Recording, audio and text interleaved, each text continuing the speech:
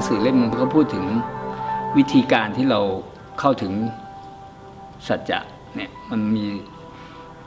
มี3 ทางนะอันนึงก็คือเหมือนกับเรานั่งพิจารณาแบบเหมือนโกอังแล้วก็เอาคำถามนั้นนะมานั่งคิดวิเคราะห์จนเราเข้าใจนะกับอีกอันนึงก็คือเราเอาเหมือนกับไอ้ดีเบตเหมือนพาร์ททิเบตที่เขาดีเบตกันถามตอบ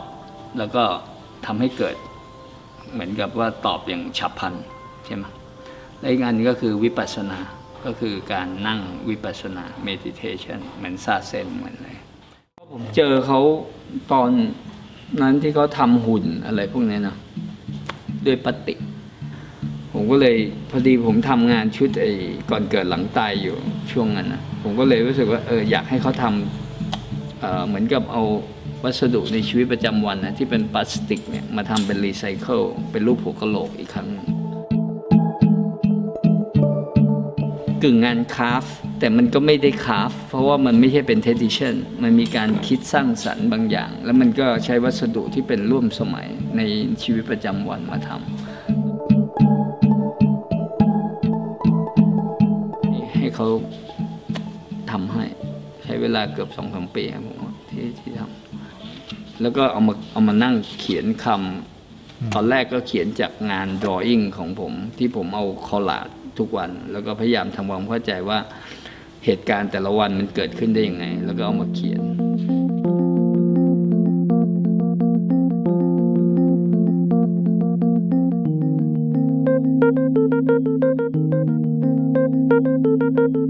คือทุกวันที่เกิดขึ้นในชีวิตประจำวันผมอะอย่างผมไปนั่งรถเมล์ก็เอาตั๋วรถเมล์มาซื้อรองเท้าไนกี้ก็เขียนอย่างเงี้ยไปเปิดงานแกลเลอรี่ไหนก็เขียนอย่างเงี้ยแล้วก็เขียน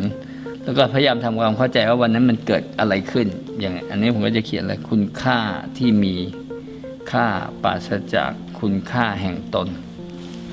อะไรเงี้ยคือผมก็พยายามจะทำความเข้าใจว่าประสบการณ์ในวันนั้นคืออะไรแล้วก็นั่งสมาธิแล้วก็พยายามมองดูว่าประสบการณ์วันนั้นเรื่องอะไรที่เด่นขึ้นมาแล้วเราก็แสดงทัศนคติของเราออกมาแล้วตอนหลังผมก็รู้สึกว่ามันเป็นประสบการณ์อย่างที่บอกเป็นประสบการณ์ที่เราวิเคราะห์แล้วเราก็เริ่มตันเริ่มรู้สึกว่ามันมีเรื่อ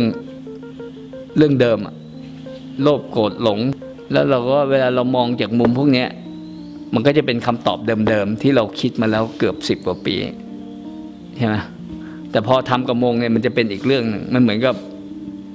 มันเป็นความคิดของเขาเริ่มต้นแล้วเราก็มองความคิดนั้นเราเห็นด้วยไม่เห็นด้วยเพราะอะไรแต่ของเขาเนี่ยคือเขาเป็นนักผลิตภาษา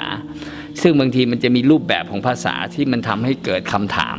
ซับซ้อนแล้วเราก็แก้ภาษาให้เป็นมีนิ่งของเราแต่เนื้อหาในการใช้คำก็ใช้ของเขาซึ่งมันก็จะเกิดความงามทางภาษาใหม่ซึ่งมันก็จะต่างจากเดิมที่เราทำโดยผ่าน drawing ที่เราทำซึ่งสำหรับผมพอใจนะแล้วมันเหมือนกับมันเป็น two way conversation อะจริงๆเราก็เขียนไดอารี่ตอนที่เราเป็นพระอยู่แล้วมันก็เลยเป็นกิจวัตรของเราใช่ก็คือเราก็ส่งไปบางวันคือถ้าจะดีเลย์ก็จะมีวันหนึ่งวันหนึ่งไม่คือกัน2 วัน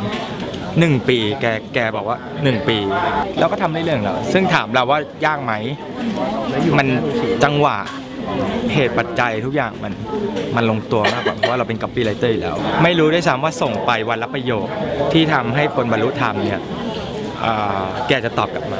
ก็คือเขาก็จะคิดจากประสบการณ์ของเขาแต่ละวันแล้วเขาก็ส่งมาให้ผมแล้วจากตรงนั้นเนี่ยก็จะเป็นเหมือนโจทย์ตั้งให้ผมเหมือนดีเบตคือส่งมาแล้วพอผมเปิดอ่านผมก็จะตอบแบบฉับพลันอย่างเงี้ยเขาพูดเรื่องความเงียบมีคุณค่าแต่คนกลับมองข้ามใช่ไหมเนี่ยแล้วผมก็เลยเขียนว่าความเงียบไม่มีอยู่ถ้าใจไม่หยุดคิดปรุงแต่งอะไรเงี้ยแล้วผมก็จะใช้เวลาที่ผมว่างๆแต่ละวันมันก็มานั่งเขียนเพื่อจะหาความเงียบที่มันเกิดขึ้นในตัวเราในใจเราใช่ไหม